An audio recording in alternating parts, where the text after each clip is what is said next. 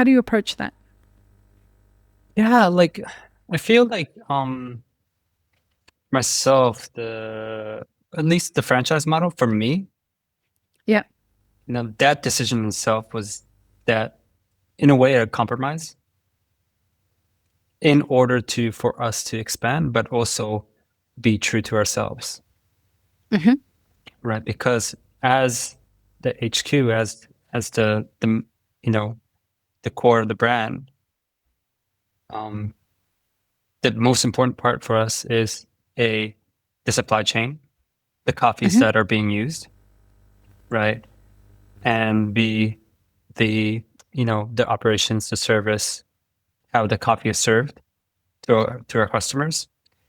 So those two, and then of course there's different things underneath that, but those are the two core things that we will control at all costs. The introduction to regenerative coffee farming workshops are now available on demand in English, Spanish, and Portuguese. For coffee producers, the workshop is available for just $10, and for everyone else, it's $20. Led by our incredible professors, the workshop is packed with practical knowledge and strategies to help coffee farmers and the entire coffee industry adapt to the challenges of climate change, rising costs, and market demands. If you're a business owner, this workshop is a great and affordable way to inform your employees about the challenges ahead while also supporting Mapper Forward. Head to mapperforward.coffee/workshops or click the link in the description to purchase the on-demand version and start your journey towards a more sustainable coffee future today. Welcome to the Daily Coffee Pro by Mapper Forward, friends. I'm your host, Lee Safar, and this is unfortunately episode 5 of a 5-part series with Yozo from Kurasu. Folks, there are some series that I do, and I know I've said this before, but I rarely say this. There are some series that I do on this podcast that I'm kind of sad that I'm the host, because like an earlier version of me could have really used the information in the series when I was at different parts of my career. This is one of those series. And so, Yozo, I can't thank you enough for how generous you've been with regards to sharing what you've talked about. And Kurasu is a brand that I am very excited to watch expand over the next few years, especially hearing, like I got to witness firsthand the heart and the intention behind the brand.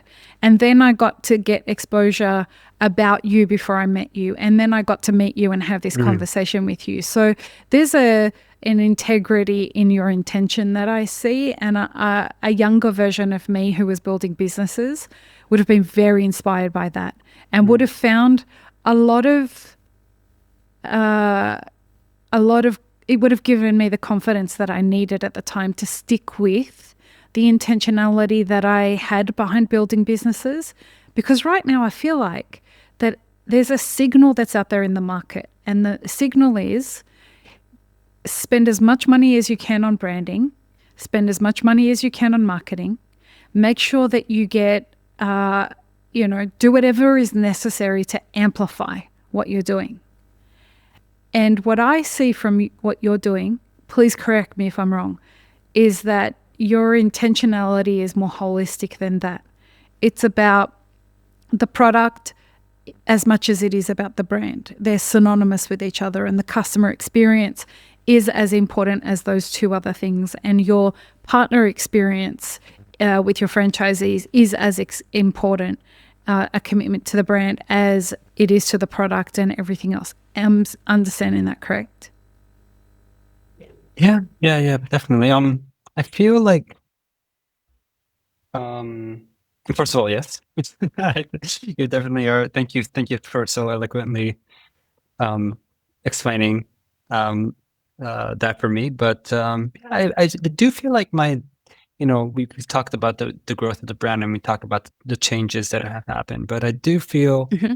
at least for myself internally, of course, in terms of the brand or in terms of how we've grown, it's changed significantly. But I feel like the intention that I've had when I started the brand, or at least the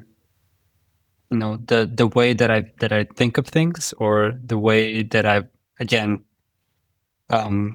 always want to learn and always want to grow in the right way. Always want to sort of not be true to myself. Those kind of things I've always had, and so those things, like the core values that are inside of me, have never changed. Yeah, wow, that's awesome. So yeah, I do feel like in a way it's sort of the same. It's different, but it's the same, right? It's the the approach that I have, and also that I feel like maybe that's why the passion is still there, and I feel like will continue to be there. I started this, and it's been, there's been of course challenges, but it's sort of been very fun for me, and very very just yeah just motivating, and very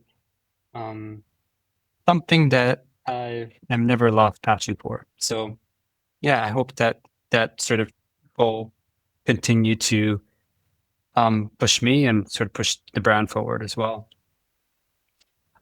We're going to, in this episode of the series, we're talking about expanding Kurasu globally.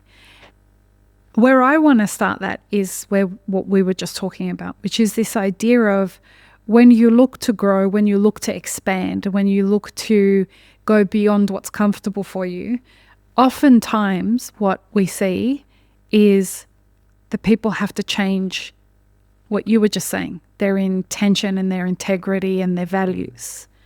And I really push back on that notion that people say. It's like, well, we're getting bigger and we have to make sacrifices and we have to betray a lot of that stuff. Like, people that are advising people like you usually will say things like, but listen, now you're playing in the big leagues. Now you've got to think like a grown-up business person. Now you've got to do things differently, right? I am wondering what your approach to that is going to be. You mean when that happens, or like we mean like when people approach us in that way, or? What I mean is like, okay, you grew in Japan, right? And then from that you actually you did it a different way. You went international and then you started growing locally, right? But as you grow with the number of stores, you will get bigger globally. And as you get bigger globally, people will have opinions about how you try to do things and how you should do things and how you should expand globally, because there are many different business models to be able to do that, right? Sure. How do you approach the decision making around, do I stay true to my values, or do I look for private equity? Do I look for venture capital? Do I decide to go a more corporate approach where I have to give up some of my values in order to keep up with, like, when people bring investors in, a lot of the time they don't realize that those investors are going to influence a lot of the decisions that you're going to make. Yeah. How do you approach that? Yeah, like I feel like myself, at least the franchise model for me, Yeah. That decision itself was that, in a way, a compromise in order for us to expand, but also be true to ourselves. Right? Because as the HQ, as the the core of the brand, the most important part for us is the supply chain, the coffees that are being used, right? And B, the the operations, the service, how the coffee is served to our customers. So those two, and then of course there's different things underneath that, but those are the two core things that we will control at all costs, right? And besides that, I think there's different approaches that you expand in different countries, right, or different communities. Every country is different. Every community is different, and I feel like having local partners that have the same values, for us was the right approach to doing so. So there's that approach, or of course, like you said, bringing in investors, bringing in private equity, and doing our own. And the what is usually said is, that way you have more control over building, because, right? Bro, you've been in finance. Come on now. But that is unfortunate. I feel, at least for me, that is not the case. And then arguably, I think other people there have been a lot of successful, quote unquote, successful people that have taken the venture capital approach and become a global company. And they would have probably different things to say. But at least for us, I feel like, for me and for myself as well, in terms of my values, I want to focus on the things that I love. Right. And I really hate explaining myself. Or like, in a way, Me like, too. I really fit, because I do feel like, who is,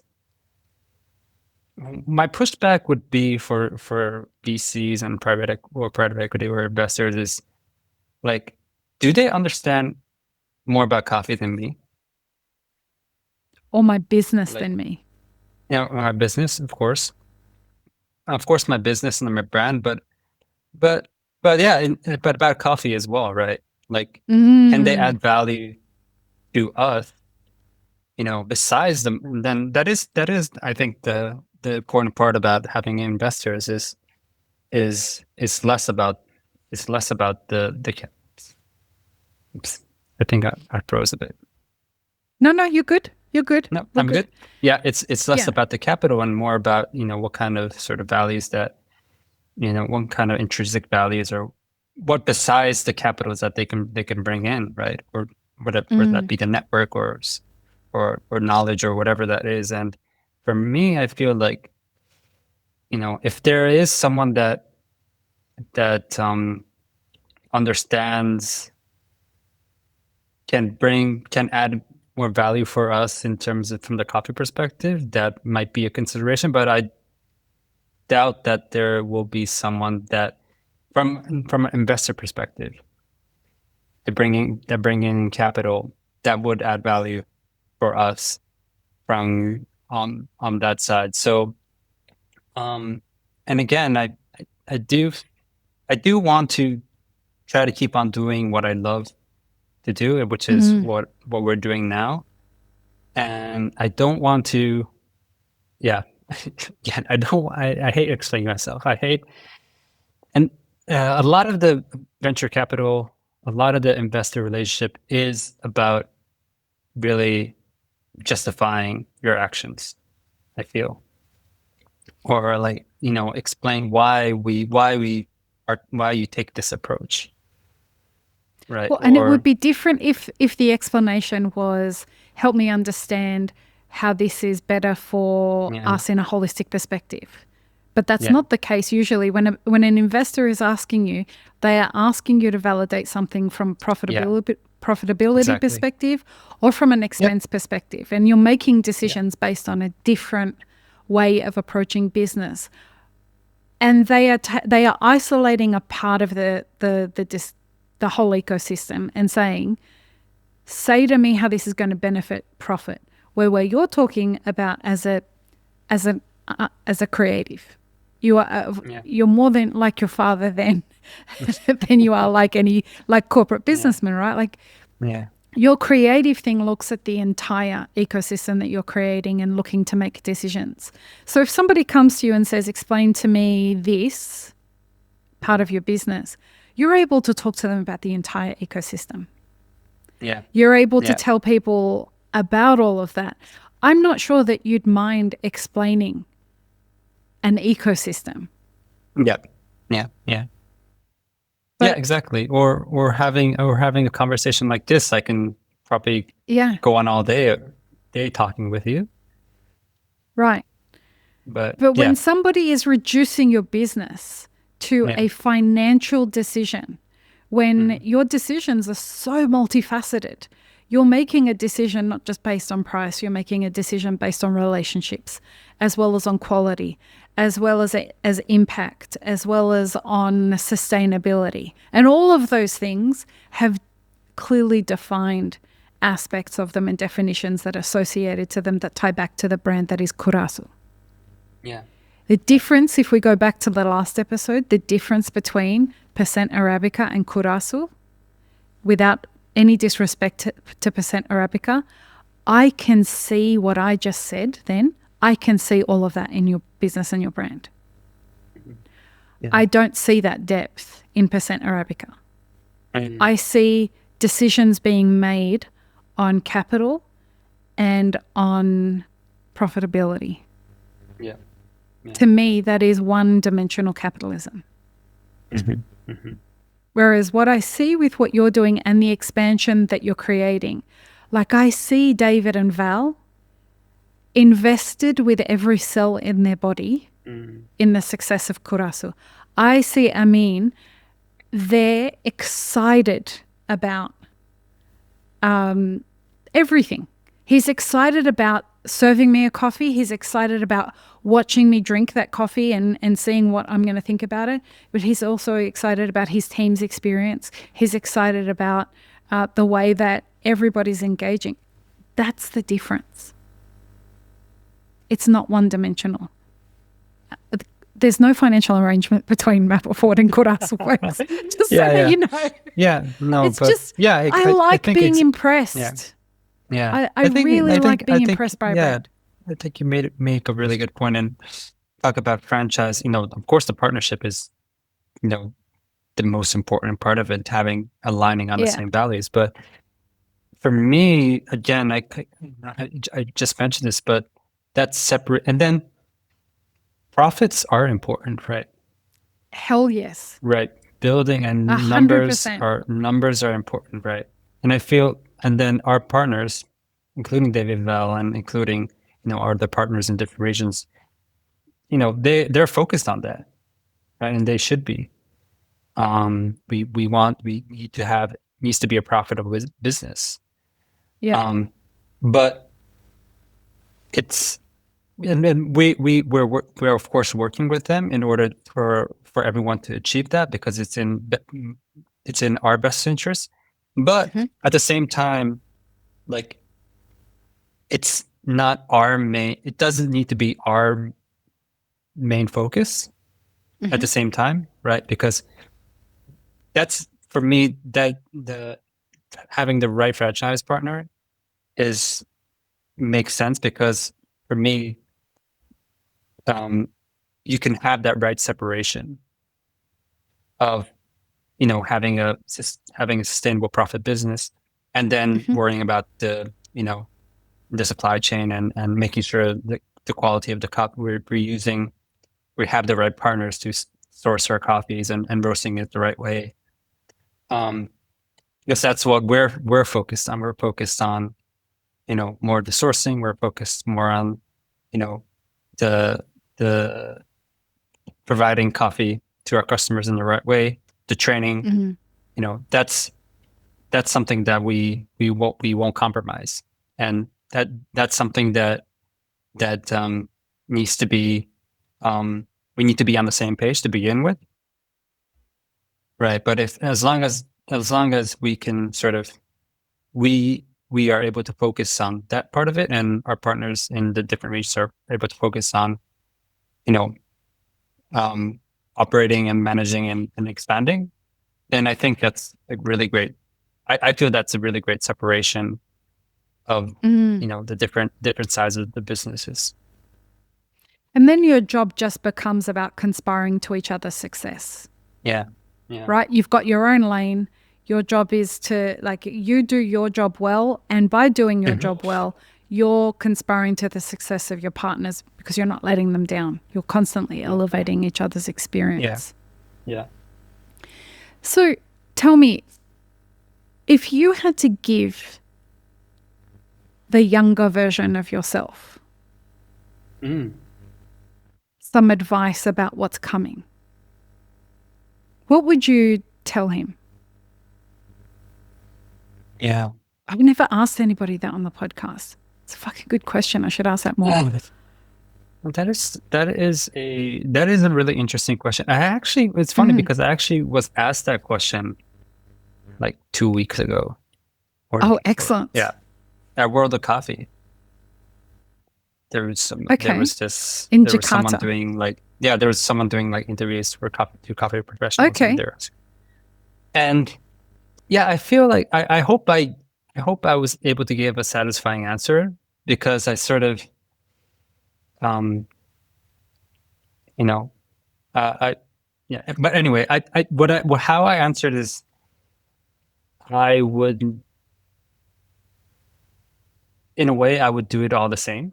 Like, I would not give that advice, because I wouldn't want that advice, or I don't know if I would have listened to myself. Word. Let me ask you the question Right. differently then. Wait, let me ask you the question differently. Mm-hmm. What piece of information could he have used that he didn't have access to, that would have made the journey have a little less friction in it? Yeah. I think, probably so many, probably a lot of things, for sure. But sorry, first to sort of go back to the point that I was trying to make is, I feel like, again, I feel like the journey that the way that I answered that question, I feel like the journey that I made was something that, again, I would do all over again, because I really because I would not be where I am if I did not have that challenge, and if I did not, learn in those steps. If I had learned, if I had, I don't like doing, the anecdote that I gave to him as well was like, they're video games where you finish, you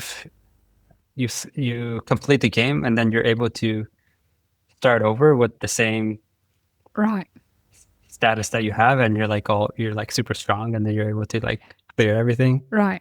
Yeah, I don't really like that. Yeah. And Well, that the makes way I sense. approach. But anyway, I sort of, after answering that was my genuine answer. But at the same time, it's like, did I give him what he expected?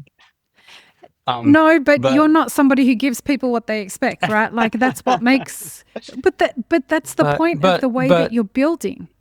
No, but to give you, I guess, to give you an answer is to give you a more straight answer. I feel like I would definitely would love to learn more about the coffee, because I'm focused more on for me, I'm interested more on the supply chain now in the past few years. And that's only been, again, from the past few years. And I've always been interested, but I never really had the opportunity to dive in deep. Right.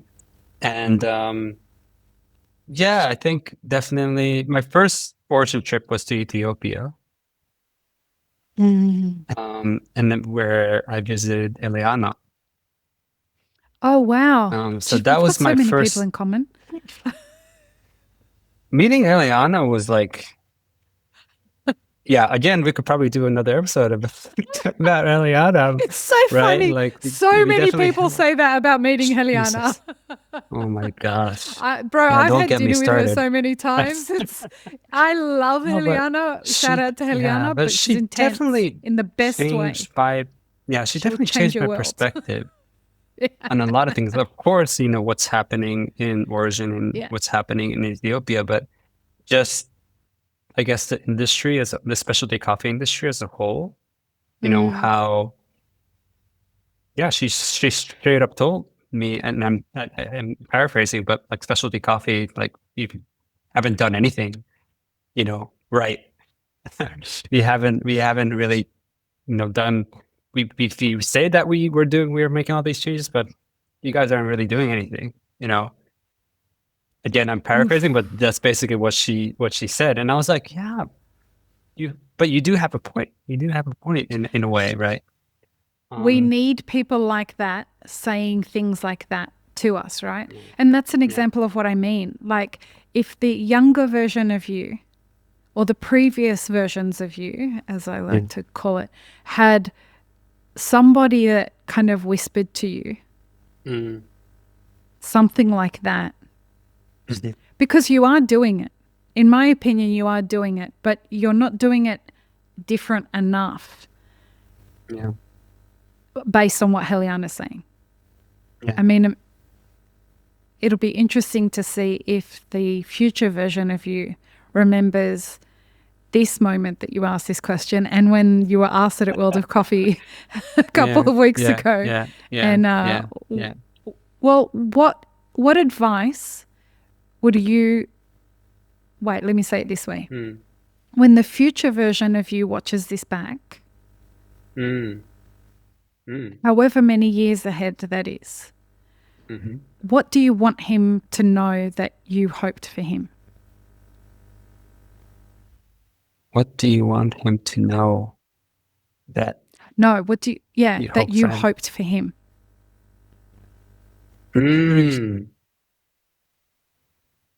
Yeah, you mean myself towards the future version of me? So I talk to the 80-year-old version of me all the time. I record her voice messages.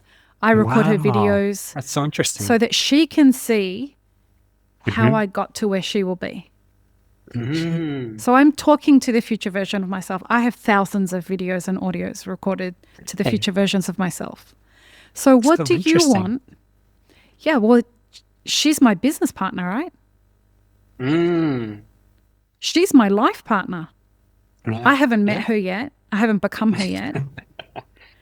But that's who I'm doing this for. So what would you want him to know that you hope for him? Yeah, well, I guess, just the feeling that did it the right way. Oh, that's awesome. And that you know,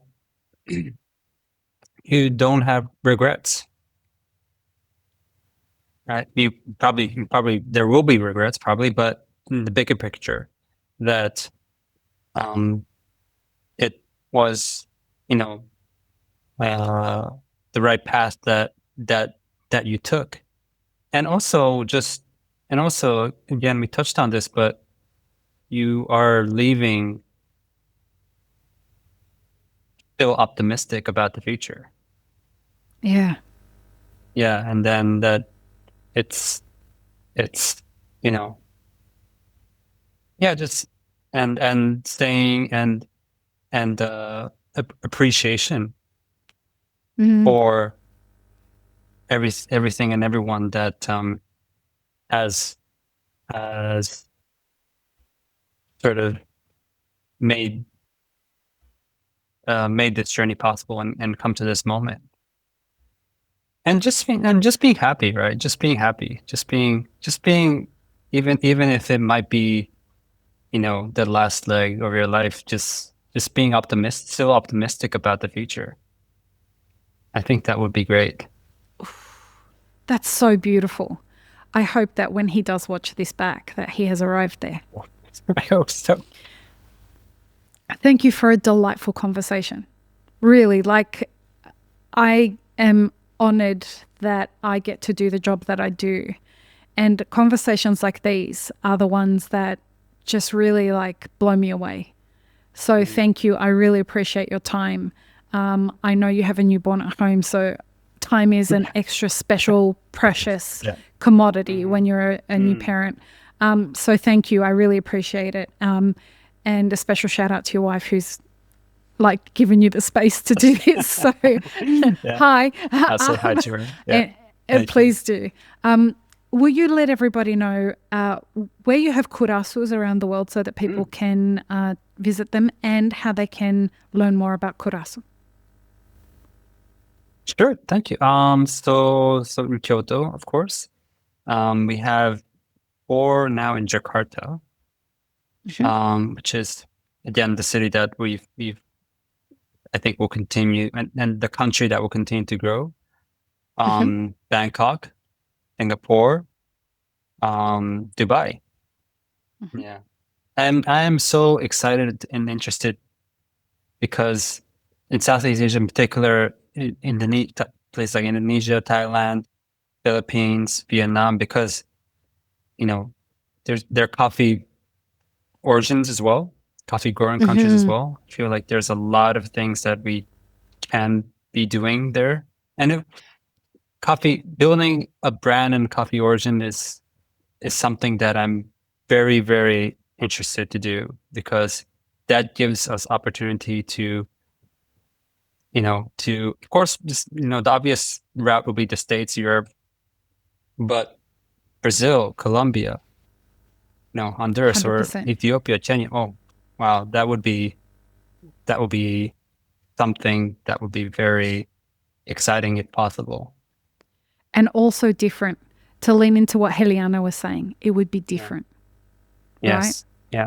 And inspiring. And the ripple effects that has when you're actually there and dedicating effort into cultivating the local economy. Now, it's not just about farmers.